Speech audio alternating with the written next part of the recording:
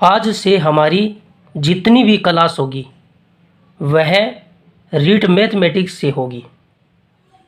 रीट 2022 में जो पहला पेपर होगा उसका जो सिलेबस है वो सिलेबस 2021 के जो रीट में है वही सिलेबस रहने की पूरी संभावना है।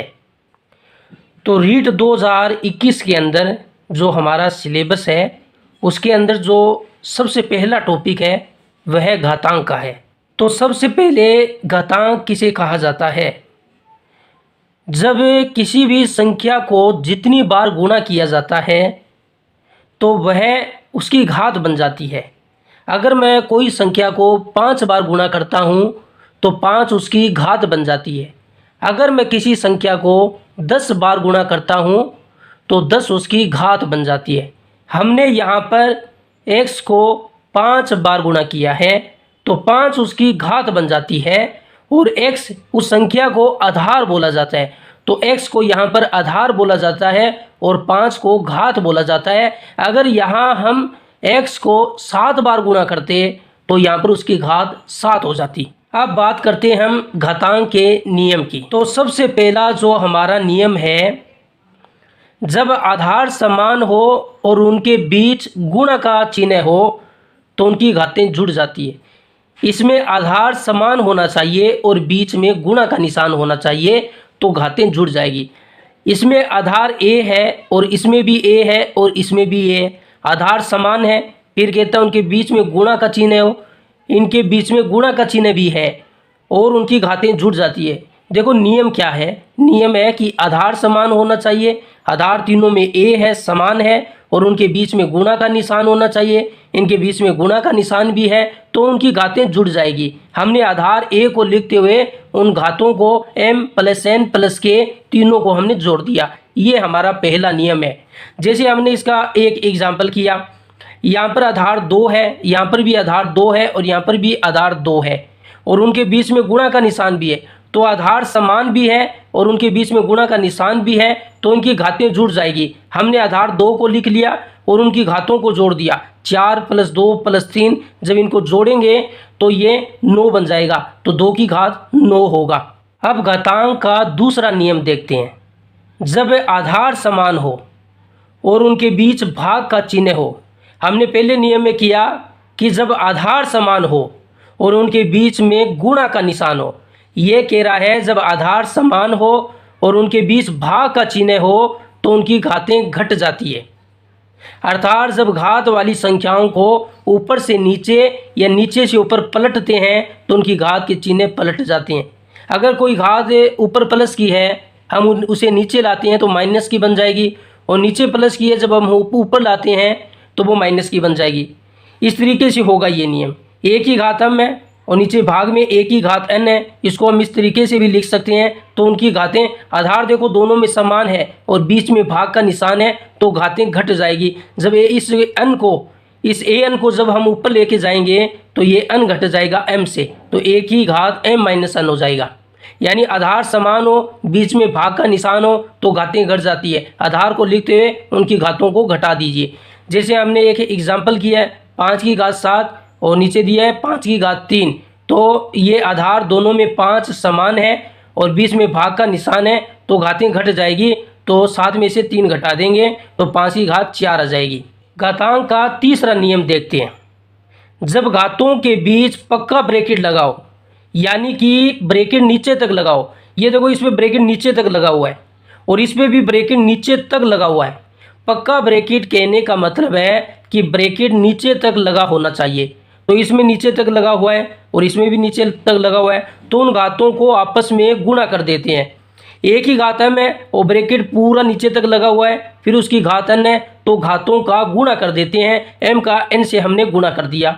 यहाँ पर देखो हमने एग्जाम्पल लिया, 3 की घात 3 है और ये पूरा ब्रैकेट बंद है और उसके ऊपर घात 2 है तो हमने क्या किया, इन दोनों का आपस में गुणा कर दिया। 3 का 2 से करेंगे तो 3 की घात 6 बन जाएगा। इसका एग्जाम्पल आगे भी देखिए, 7 की घात 3 है, फिर पूरा ब्रैकेट है और उसके ऊपर घात 2 है, फिर पूरा ब्रैकेट है और उसके ऊपर घात 4 है तो ये पूरा ब्रैकेट है, तो घातों का आपस में गुणा होगा।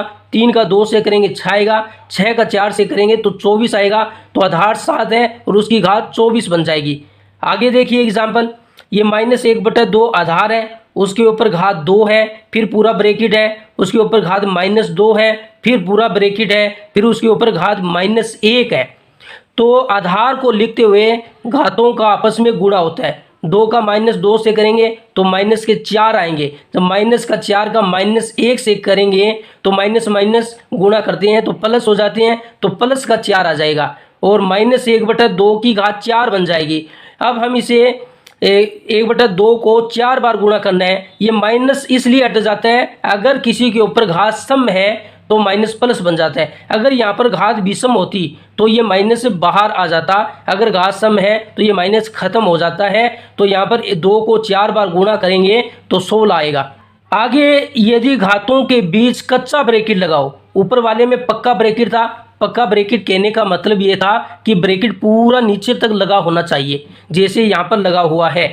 और इसमें कह रहा है कि कच्चा ब्रैकेट लगा हो, यानी नीचे तक नहीं लगा हो तो उस ब्रैकेट का कोई महत्व नहीं है। अगर ब्रैकेट नीचे तक नहीं लगा है तो उस ब्रैकेट का कोई मतलब नहीं है। तो ऐसी अवस्था में उन घातों को घातांक के अनुसार ही हल करेंगे। तो हम उन ब्रैकेट को हटा देंगे और जो बचा है उसको घातों को घातांक के अनुसार ही हल करेंगे। जैसे हमारे पास ये एग्जाम्पल है, 7 की घात 3 है, फिर ब्रैकेट है और उसके ऊपर घात 2 है और ब्रैकेट है। ये ब्रैकेट सिर्फ 3 पर लगा है और ये ब्रैकेट सिर्फ 2 पर लगा है, नीचे तक नहीं लगा हुआ है। तो इन ब्रैकेट्स को हम हटा देंगे। तो फिर अब हम इनको घातांक के अनुसार हल करेंगे। तो 3 की घात 2 कितना होता है? 9 होता है। तो 7 की घात 9 बन जाएगा। अगला एग्जाम्पल देखते हैं, 2 की घात -2 ब्रैकेट लगा हुआ है, फिर उसकी घात 2, ब्रैकेट नीचे तक पूरा नहीं लगा हुआ है, ब्रैकेट का कोई मतलब नहीं है, माइनस है, ऊपर घात सम है। मैंने पहले ही बताया है, माइनस हो ऊपर घात सम हो तो माइनस खत्म हो जाता है। 2 को वर्ग करेंगे, 2 को 2 बार गुणा करेंगे तो 4 आएगा। तो 2 की घात 4, 2 को 4 बार गुणा करेंगे तो 16 आएगा। घातांक का अगला नियम है, अगर कोई संख्या हो और उसके ऊपर 1 हो, उसकी घात 1 हो तो वापस वह संख्या आ जाती है।